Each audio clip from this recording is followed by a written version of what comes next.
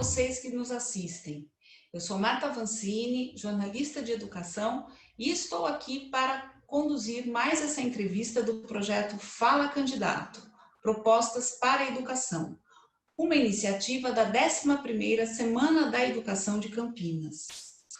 Antes de dar seguimento, eu vou fazer a minha audiodescrição, a minha autodescrição, na verdade, porque todas as entrevistas deste projeto contam com recursos de acessibilidade para que esse conteúdo possa ser acompanhado pelo maior número de pessoas possível, certo?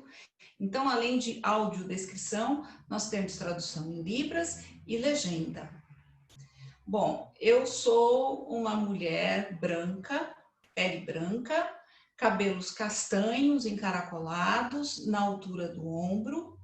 Eu tenho um rosto ovalado, eu estou usando uma camiseta branca de manga curta, então um pedaço do meu ombro fica, do meu braço, me desculpem, um pedaço do meu braço fica aparente. Eu também estou usando uma corrente e fones de ouvido acoplados na orelha. Agora eu vou fazer a audiodescrição da Alessandra Bruno, a nossa intérprete de Libras. A Alessandra é uma mulher de pele branca, ela tem cabelos castanhos claros, quase alourados, e ela está usando um rabo de cavalo bem puxado, preso na cabeça. Ela tem um rosto ovalado, um pouco mais quadrado assim, né? É menos ovalado do que o meu. E ela está usando uma camiseta de cor azul marinho, tá? Ela usa um fone de ouvido, também acoplado na orelha, e o fundo, da parede de fundo dela é um azul escuro, né? Um azul royal, acho que fica mais preciso. Bom, a Semana da Educação é um movimento suprapartidário organizado por um comitê de governança composto pela Fundação FEAC, Fundação Educar de Pascoal, Secretaria Municipal de Educação de Campinas, pela Secretaria Estadual de Educação do Estado de São Paulo, por meio das diretorias de ensino leste e oeste de Campinas. Este ano, a semana tem como objetivo ser um espaço de voz para todos aqueles que estão na sala de aula e de conexão com o poder público, além de mobilizar a sociedade para o diálogo sobre a educação pública. Outro objetivo da semana é colocar a educação em evidência enquanto um projeto de política pública. É nesse contexto que o projeto Fala Candidato se insere. Ele é composto por uma série de entrevistas com candidatos e candidatas a prefeito de Campinas sobre temas chaves relacionados à educação pública. Todos e todas foram convidados, mas a decisão de participar ficou a cargo de cada um. Hoje, nós vamos entrevistar Rogério Menezes, candidato a prefeito pelo PV. O seu vice é Adalberto Maluf, também do PV. Oi, Rogério, como você está? Seja bem-vindo. Olá, como vamos? Estou bem, graças a Deus. E estou muito feliz de estar aqui com vocês. Eu queria primeiro cumprimentar pelo projeto Fala Candidato, Propostas para a Educação, cumprimentar todas as entidades parceiras organizadoras da 11ª Semana de Educação de Campinas. Essa atitude de buscar os candidatos e apresentar perguntas a serem respondidas por todos eles, todos e todas, né? Eles e elas, é realmente muito importante para o futuro da cidade, porque faz com que todos possam se comprometer e apontar as suas visões de futuro, tendo a educação como centro dos nossos avanços. Tenho certeza que boa parte dos candidatos vai se comprometer em compreender que a educação tem posição central para qualquer projeto de desenvolvimento do século XXI que a gente possa sonhar, almejar para a nossa cidade.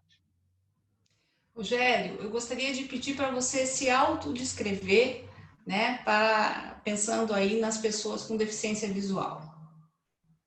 Pois não, eu sou um homem de 52 anos, branco, uso óculos, tenho olhos claros, cabelo liso, já bastante grisalho agora, depois dos últimos anos de gestão pública.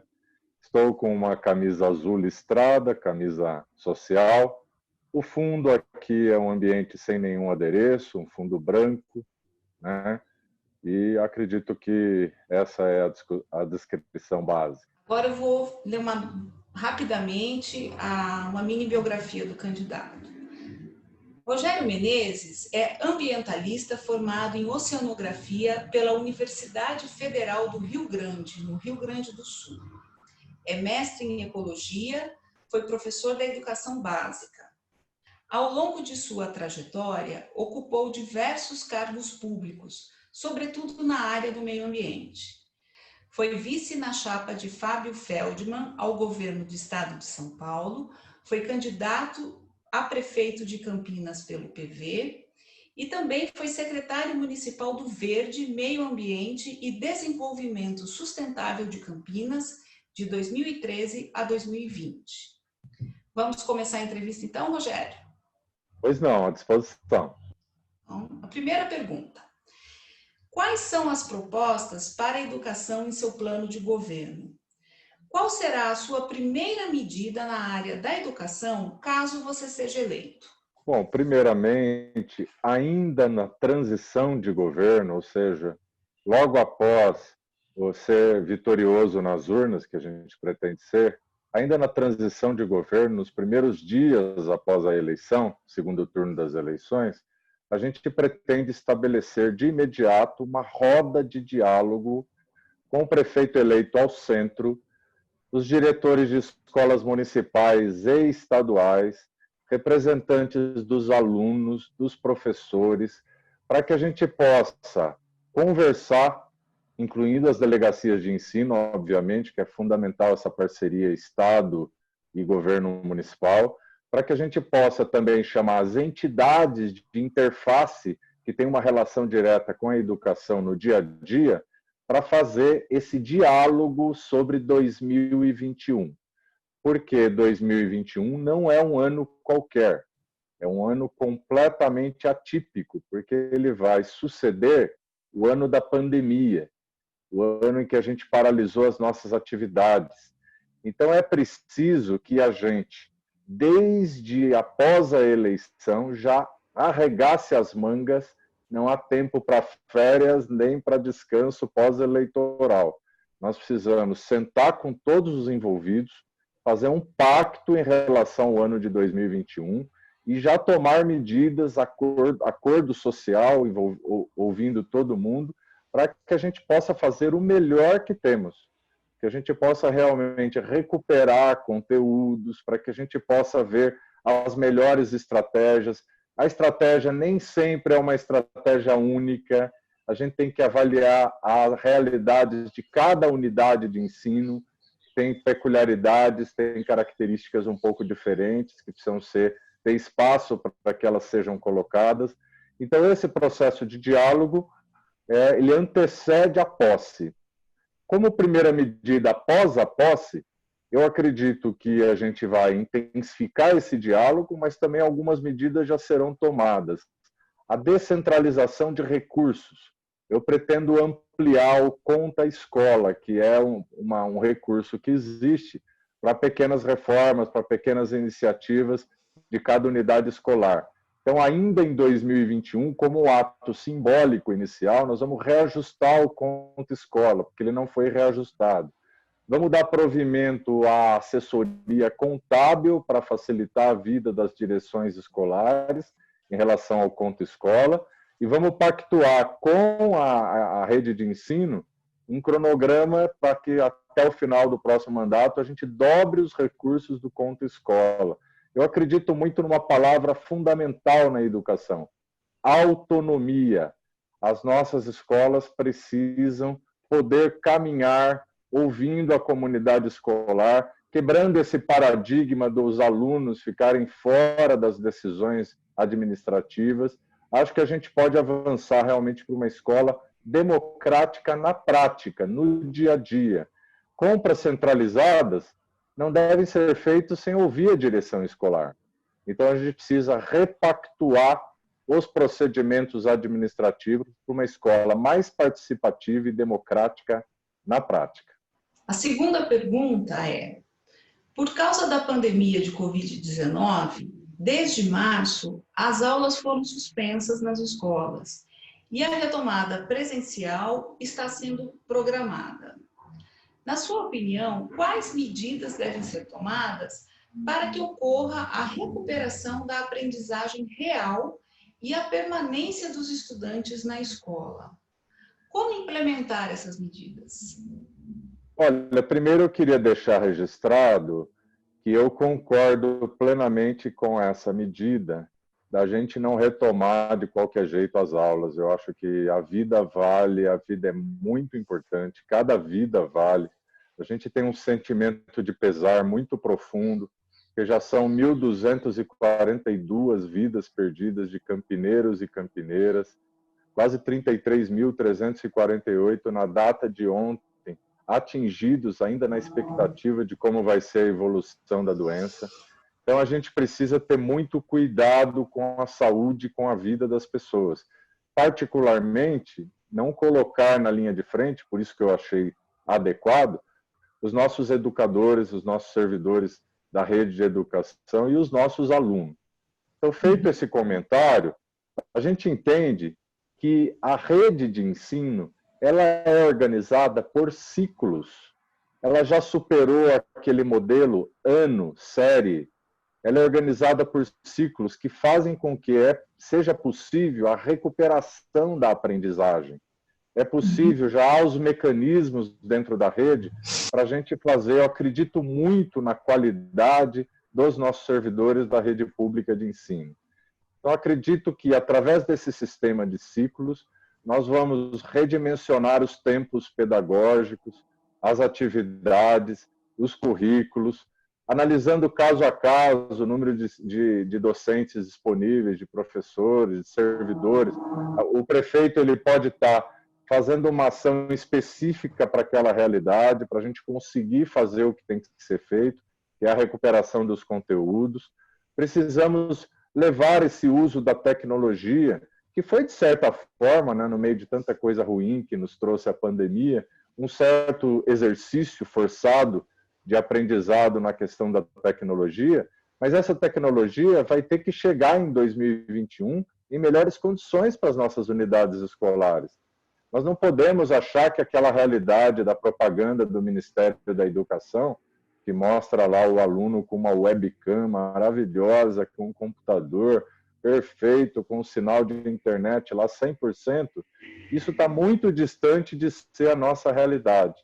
Então, o prefeito vai ter que trabalhar muito proativamente com cada uma das unidades escolares para a gente calibrar aí, fazer um trabalho emergencial de dar condições para que a tecnologia seja nossa aliada nessa recuperação de conteúdos, com a universidade ajudando, conversando com diretores em educação à distância, conversando com professores, reuniões virtuais para a gente perder menos tempo em deslocamentos nas reuniões administrativas. Então, uma série de medidas que podem ser tomadas e a gente pretende tomar para que a gente dê o suporte. Mas, fundamentalmente, se o prefeito procurar atrapalhar o mínimo possível, se o prefeito trouxer as direções das escolas municipais e estaduais para que elas sejam ouvidas, eu tenho certeza que, com a capacidade que temos de recursos humanos, a gente vai superar esse pior momento, a gente vai fazer um belíssimo ano de 2021 e vamos recuperar, assim, plenamente o aprendizado dos nossos alunos. Agora nós vamos para a terceira pergunta. Qual é o volume de recursos para a área da educação em Campinas? E como esse dinheiro pode ser aplicado considerando as disposições do Plano Municipal de Educação? Bom, os recursos disponíveis os que estão previstos no orçamento, algo em torno de 1,2 bilhões, né? realmente uma boa parte disso é consumido por pagamento de pessoal, com despesas de pessoal, e a gente sabe que tem as verbas carimbadas do Fundo Nacional de Educação, o FNDE e o Fundeb, da ordem aí de 100 milhões. E o fundamental, e aí eu vou fazer um link para responder essa pergunta com a primeira pergunta, porque eu, na verdade, falei da primeira medida, e eu gostaria de aprofundar algumas questões do nosso plano de governo, né? Então, eu vou aproveitar, já que a gente está falando do que tem de recurso, de como a gente deve aplicar esse recurso, eu vou falar das principais propostas do nosso plano de governo, complementando a resposta número 1. Então, o que eu queria dizer para vocês? Primeiro, o Plano Municipal de Educação, ele foi debatido e discutido democraticamente. Então, todas as nossas propostas de governo estão relacionadas àquele debate de 21 metas do Plano Municipal de Educação, com aquelas estratégias que foram discutidas para a implementação, para se buscar alcançar essas metas. Isso foi aprovado democraticamente, isso está em vigor e será o referencial maior da nossa atuação à frente da Prefeitura de Campinas. Então, o nosso plano de governo ele vai estar alicerçado no plano de educação ambiental. Não é o prefeito de plantão que inventa novos projetos, novos programas. Não é assim que se faz na boa gestão pública. A gente deve considerar tudo que foi acumulado pela rede nesse debate, junto com a sociedade, com a participação de alunos, professores, e o prefeito ele deve simplesmente implementar isso ouvindo as pessoas e a comunidade escolar, a comunidade educacional. Não só a questão das escolas, eu falei a comunidade educacional, porque existem muitas entidades envolvidas aí que têm no seu coração de atuação a questão da educação. Então, todos têm que ser ouvidos para além da comunidade escolar. Quais são as principais propostas do nosso plano de governo? E aí eu vou me alongar um pouquinho, né, já que a gente já enfrentou aí essa questão dos recursos, e queria dizer também que a aplicação desses recursos será acompanhada, na verdade, pelas CPAs das unidades, que tem que funcionar em cada unidade escolar uma CPA, que é, na verdade, um grupo próprio de acompanhamento, né? Uma comissão própria de acompanhamento para a gente poder ver como que essas metas do Plano Municipal de Educação estão evoluindo. Então, basicamente, o que é o nosso plano de governo? Nós queremos professores, funcionários e estudantes participando, inclusive da gestão da escola. Nós queremos quebrar esse paradigma, fazer uma gestão escolar participativa, usar ferramentas de tecnologia digital, consultar as pessoas envolvidas permanentemente, definir protocolos de ampliação dessa participação, porque eu acredito que as pessoas, quando participam, elas ficam muito mais motivadas. Eu experimentei isso na Secretaria do Verde. Com a participação permanente dos técnicos de carreira, eu consegui obter muito mais do grupo, que as pessoas se sentiam respeitadas, e as pessoas respeitadas, elas produzem mais e conseguem também apontar os caminhos para o gestor, seja ele o prefeito ou o secretário. Eu já falei um pouco aqui da autonomia financeira, da conta escola, que a gente vai ampliar os recursos. Mas eu queria falar também de zerar o analfabetismo, para fazer um trabalho forte para isso, e de enfrentar o déficit de vagas na educação infantil. Mais de 5 mil, né? Alguns falam até em 6 mil vagas faltando em creche. Existe uma pergunta que vai tratar só disso, então eu não vou me alongar nesse ponto, nesse momento. Também a nossa preocupação com as crianças e os adolescentes que têm necessidades especiais, em termos de acessibilidade, e de ter um corpo docente especializado para atender essas necessidades.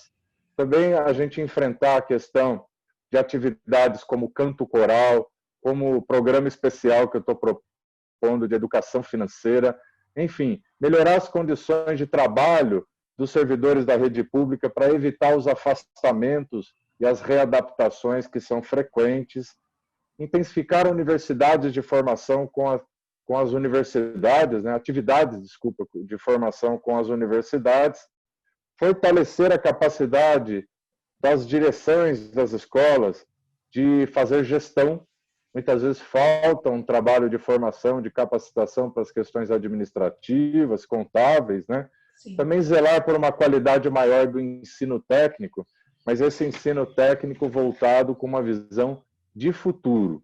Então, eram essas as questões que eu gostaria de complementar da pergunta 1 e dizer que, fundamentalmente, é democracia, muita participação da comunidade e uma prestação de contas, uma transparência permanente do prefeito para que a gente possa seguir avançando na qualidade da educação em Campinas. Eu vou, então, para mais uma pergunta. Estima-se que existam cerca de 5.000 crianças na fila por uma vaga em creche em Campinas. Esse dado é de agosto, tá? De 2020. Considerando que o novo Fundeb, que será implementado a partir de 2021, vai destinar uma parcela de recursos especificamente para a educação infantil, quais alternativas o senhor propõe para atender a essa demanda? Olha, tem um horizonte de curtíssimo prazo e um horizonte de médio prazo. No horizonte de médio prazo, a gente tem que rever essa demanda, considerar as demandas existentes no território, para a gente poder ver exatamente aonde que a gente precisa fazer ampliações, aonde que a gente precisa reforçar equipes, ou até mesmo buscar novas unidades da rede básica, né? Da rede de educação infantil, para a gente poder atender essa demanda existente, esse chamado déficit, né? Essa dívida que a prefeitura tem com essas mães que precisam deixar seus filhos, com essas crianças. Mas eu acredito também que no curto prazo, como o ano que vem vai ser um ano muito difícil, eu acho que a gente precisa dar uma resposta de curto prazo e pensando que a prefeitura recentemente tentou adquirir vagas nas escolas privadas, né? E já se tem aí um estudo em relação ao custo por criança, dessa remuneração de vagas privadas, isso não tem funcionado bem. Eu acredito que a gente pode fazer uma rede de solidariedade, buscar entidades que tenham espaços adequados, buscar inclusive igrejas, buscar uma rede ampla no território. E por que eu disse as igrejas? Porque as igrejas elas têm prédios que muitas vezes estão ociosos, que trabalham muitas vezes nos finais de semana ou em algum dia à noite, que têm espaços amplos, salões e tudo mais, que podem, evidentemente, mediante critérios técnicos, aquelas que puderem, que passarem nessa avaliação, ser adaptados, ser feita uma parceria com a prefeitura para também nos ajudar nesse esforço. A ideia é dar uma resposta de mais curto prazo, enquanto a prefeitura depois consegue gerar as vagas, e do contrário a gente está sempre enxugando gelo. Enquanto você está fazendo desapropriação, compra de terrenos, construção, você tem aumento de demandas e parece que a gente está sempre enxugando gelo e não diminui o déficit. Então, dá uma enfrentada nesse déficit com muita parceria com as entidades, com as igrejas, tentar abrir vagas aí no curto prazo nessas parcerias, para dar um fôlego para a prefeitura buscar uma ação mais estrutural com base nos investimentos públicos, que no ano de 2021 serão bastante difíceis. A gente não adianta a gente falar de uma realidade cor-de-rosa que não existe. A gente terá queda de arrecadação e a gente terá aumento de despesas em todas as áreas e isso vai pressionar o prefeito e o orçamento público de forma bem difícil e a gente vai ter que ser muito criativo, buscar parcerias para a gente poder entregar com mais agilidade resposta aos principais demandas. Em dezembro de 2018, o Plano pela Primeira Infância de Campinas foi concluído. Quais propostas do plano o senhor destaca como as mais relevantes para investimento imediato? Olha, primeiro eu queria dizer da minha felicidade, o de ler o PIC, né? E a minha felicidade dele ter sido elaborado, né? Da gente já ter aí praticamente aí 2 anos desde o seu lançamento, né? Chegando no final desse ano. Uhum. E eu destacaria principalmente as áreas consideradas prioritárias no plano, né? Então, que é criança com saúde. Nós precisamos ter uma atenção muito grande desde o pré-natal ao atendimento pediátrico. A gente precisa, a primeira coisa fundamental é garantir na primeira infância saúde, porque isso vai ser pré-requisito para a formação emocional, para a convivência, para a socialização. para tudo que vem demais na formação depois dessa criança, e isso vai condicionar as possibilidades desse futuro jovem e depois adulto, a vida adulta e jovem dessa criança. Então a gente precisa levar isso muito a sério, também resolver a questão das vagas de creche que a gente já falou, mas também tem outros aspectos. Por exemplo, brincadeira. Brincadeira é coisa muito séria. Muitas vezes a gente não tem a noção da importância para a formação da criança, que é brincadeiras sadias, né? A gente que passou aí uma infância numa época que se brincava muito mais, que tinha espaços mais seguros, que tinha facilita muito o vínculo afetivo, as ligações e a socialização dessa criança. Então, esse é um aspecto também que eu gostei muito de ver o destaque aos estímulos do brincar, né? Uma coisa muito interessante. Outra coisa, a gente fortalecer a rede de assistência social para que as famílias em situação de risco, de vulnerabilidade social, sejam apoiadas. Porque se isso acontece, as crianças estão sendo apoiadas juntos, elas estão num contexto menos estressante de uma vida sem condições nenhuma de sobrevivência. E a gente tem mais de 40 mil famílias em Campinas, são 160 mil pessoas em situação de vulnerabilidade extrema, que dependem muitas vezes do Bolsa Família, ou como queira se mudar aí o nome do programa, mas o fato é que estão em vulnerabilidade grave. 14 mil famílias estão na área de risco, morando dentro de córregos ou na margem dos córregos. Então, isso tem que ser a prioridade. Nós vamos precisar de um prefeito muito humano, com uma sensibilidade social redobrada para poder enfrentar uma situação pós-pandemia, em que a gente tem a acentuação do desemprego e a gente tem as mazelas sociais sendo históricas, que atingem aí os 25% mais pobres da nossa sociedade, agravadas ainda mais pela pandemia. Então, esse é o cenário que a gente encontra. Eu queria, por último, destacar também a questão de dar agilidade nos benefícios de prestação continuada, porque isso também fortalece as famílias e indiretamente ajuda as crianças. A nossa sexta pergunta é: uma das características de Campinas é a oferta de ensino fundamental compartilhado entre o município e o Estado. Que medidas o senhor pretende adotar para melhorar e tornar mais efetivo o regime de colaboração entre essas duas instâncias de governo? Olha, colaboração se faz no dia a dia das unidades. A colaboração, às vezes, não basta aquela primeira reunião que é só para abrir o caminho, aquela conversa institucional, né? Porque a gestão do Estado é muito pesada e a gestão das nossas instituições, essa aproximação nem sempre institucional é favorecida pelas regras do nosso dia a dia administrativo.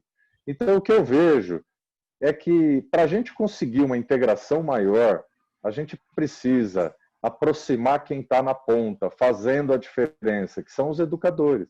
Então, a gente precisa interligá-los em rede de informação, a gente precisa estar convivendo com oportunidades de trabalhos conjuntos, de atividades conjuntas, numa parceria permanente. E eu fiz isso.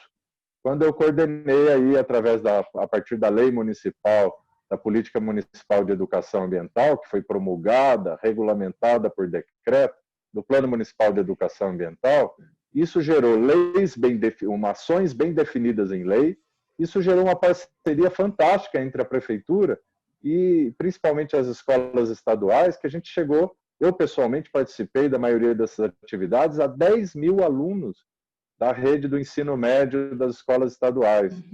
Então, é possível a gente trabalhar junto, já se tem feito isso. Eu dei um exemplo aqui, mas com certeza não é único.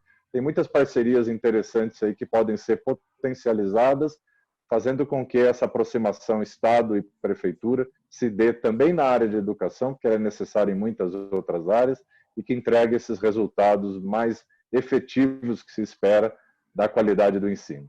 A última pergunta é: atualmente, a educação enfrenta uma série de desafios. Na visão do senhor, quais práticas devem ser incorporadas nas escolas do município, alinhadas com o mundo contemporâneo e que desenvolvam a autonomia e promovam a participação dos estudantes. Qual é o primeiro passo para viabilizar esse processo? Olha, eu acho que primeiro a gente precisa, vocês têm razão na pergunta, de uma escola que tenha convergência com os valores e os desafios do século XXI.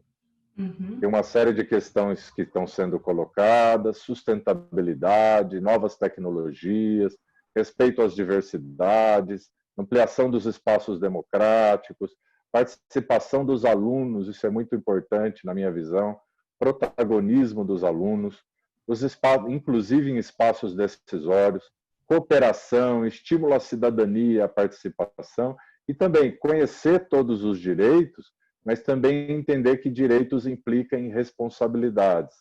Outro aspecto que eu coloco muito importante, que pais e escolas e educadores saibam exatamente os seus papéis, que hoje os papéis de não executados por pais estão sobrecarregando os educadores, que estão em situação muito vulneráveis em termos de agressividade, de pressão por situações que deveriam ser encaminhadas no âmbito das famílias e que, infelizmente, deixaram de ser. Então, existe uma situação conflituosa e que a gente precisa clarear os papéis, porque não cabe às escolas resolver questões que deveriam estar na base, que acabam prejudicando todo o processo de ensino-aprendizado. Então, a gente precisa fortalecer as famílias para retomar algumas atribuições que são delas e não dos educadores nas escolas. Mas, como primeira iniciativa, eu acho que a gente, a partir da experiência aí da pandemia, precisamos fortalecer de vez as condições para a aplicação da tecnologia e criar os aplicativos, criar os espaços de participação democrática virtuais, né, e digitais. Porque hoje você passa num buraco na rua e o aplicativo que está controlando a sua rota do seu veículo, georreferenciado, esse aplicativo te fala, aqui tem um buraco, e te pergunta se aquele buraco está no lugar ainda. Quer dizer, nós precisamos utilizar hoje a tecnologia para ouvir de forma permanente a comunidade escolar. Alunos, professores, não pode o prefeito estar distante dessa realidade e esperar essa informação chegar através de assessoria, que muitas vezes blinda o prefeito e evita que essas notícias cheguem. Eu quero ser um prefeito muito próximo das comunidades escolares, para a gente poder usar a tecnologia para consultar rapidamente, de forma permanente, está ouvindo, está permeável a essas situações que estão acontecendo na vida real, no dia a dia da escola, e que a gente possa, então, estar pronto a dar as respostas necessárias para que essas questões sejam solucionadas. Nós estamos com menos de 3 minutos, que eu já recebi o aviso aqui, tá? E o senhor tem esse tempinho ainda para complementar alguma coisa. Bom, eu queria primeiro agradecer a oportunidade de estar aqui com vocês mais uma vez, né? Tá. Eu acredito muito na democracia, eu acho que nesses minutos finais aqui, eu acho importante a gente debater profundamente a educação. Eu acho que poucas áreas têm conexão com todas as demais como tem a educação. Um acerto nas políticas públicas de educação leva a vários acertos. Candidato, pois a gente não. Encerrou o tempo. Infelizmente, temos que interromper. Okay? Tudo bem. À disposição sempre de vocês. Chegamos nos nossos 30 minutos, ok? Então, eu gostaria de agradecer a sua participação e convidar a todos aqueles e todas aquelas que estão nos acompanhando para assistir às outras entrevistas do projeto Fala Candidato, Propostas para a Educação. Até mais!